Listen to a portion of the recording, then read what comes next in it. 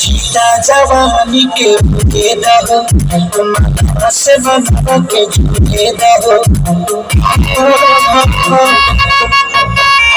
सीता जवानी के भूखे दहो माता से बना के झूठे दहो आज सुते न तारी तानी की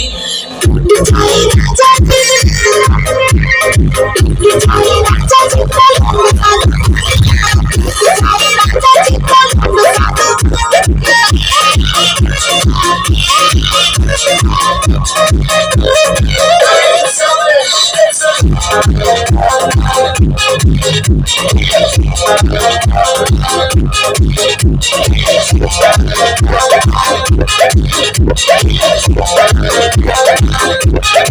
राजा पताने की दिखाना पताने की चादरा बिछा दे हमी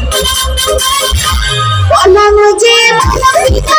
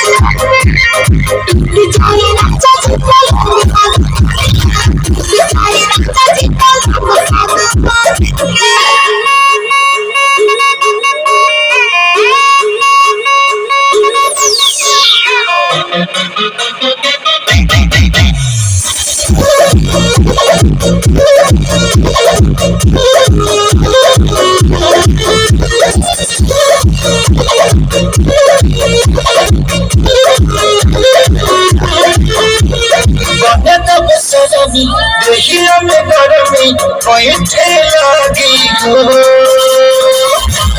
अमरिया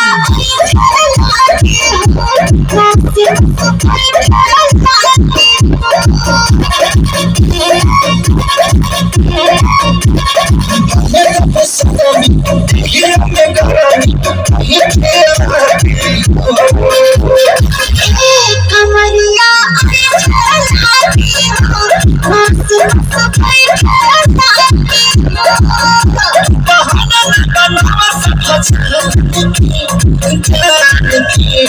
जाने की